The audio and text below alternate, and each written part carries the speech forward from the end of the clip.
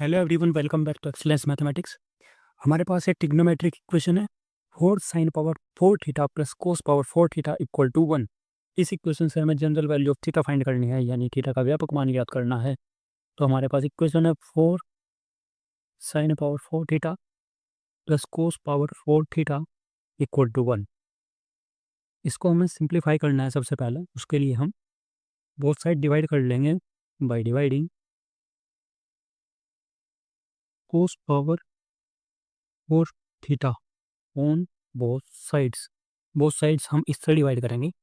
तो 4 sin power 4 theta upon कोस power 4 theta plus cos power 4 theta के upon में भी कोस पावर 4 थीटा और राइट साइड में 1 अपॉन कोस पावर 4 थीटा हो जाएगा। इससे ही कैंसिल होगा तो यहाँ पे 1 बचेगा।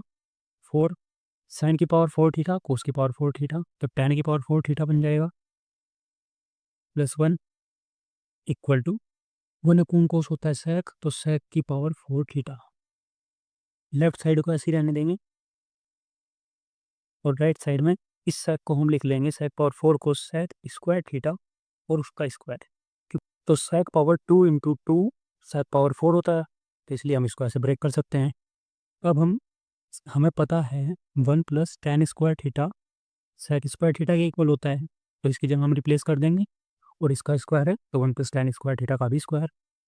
होल स्क्वायर का फॉर्मूला ओपन कर सकते हैं तो आएगा 1 का square plus tan square theta का स्क्वायर। हम इसको ओपन कर रहे हैं प्लस बी का होल स्क्वायर वाले टाइप से, तो A square plus B square plus 2ab यानी 2 into 1 into tan square theta.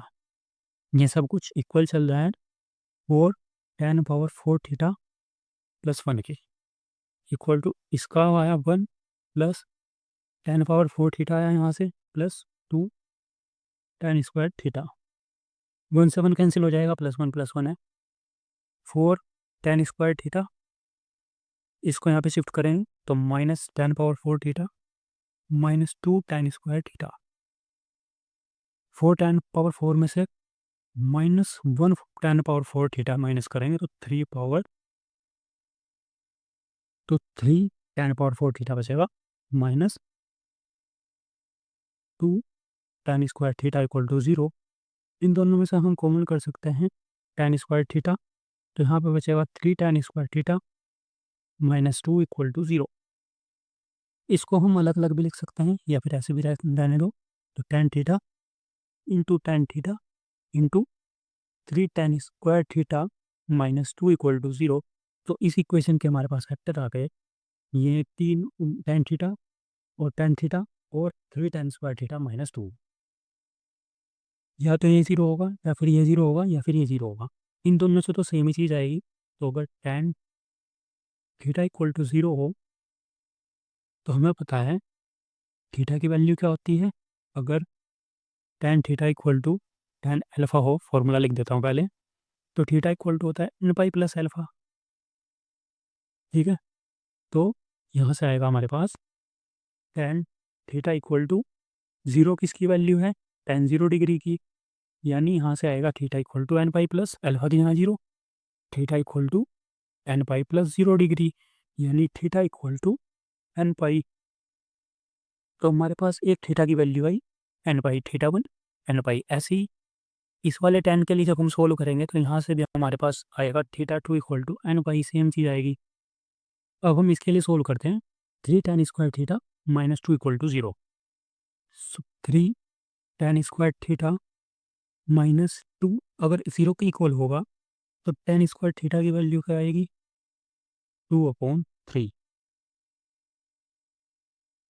तो tan थीटा की वैल्यू क्या आएगी स्क्वायर रूट 2/3, यानी tan थीटा इक्वल टू हो जाएगा tan into tan inverse square root 2/3, क्योंकि हमारे पास फॉर्मूला होता है tan theta equal to tan alpha. तो थीटा की general value n pi plus alpha. ठीक है, अभी हमें ये tan अल्फा की फॉर्म में लाना था इसको, क्योंकि 2/3 का स्क्वायर रूट tan में किसी भी एंगल की वैल्यू नहीं होती, तो इसलिए हमने इसको लिखा है tan into tan inverse square root 2/3, यानी ये पूरी की पूरी वैल्यू अल्फा के इक्वल है। तो थीटा की जनरल वैल्यू यहाँ से आई n pi plus tan inverse square root 2/3 और इसको हम बोल रहे हैं थीटा 3। तो हमारे पास थीटा की 3 वैल्यूज आई। जनरल वैल्यू थीटा 1 और theta 2 same value n pi, और theta 3 n pi plus tan inverse square root 2/3।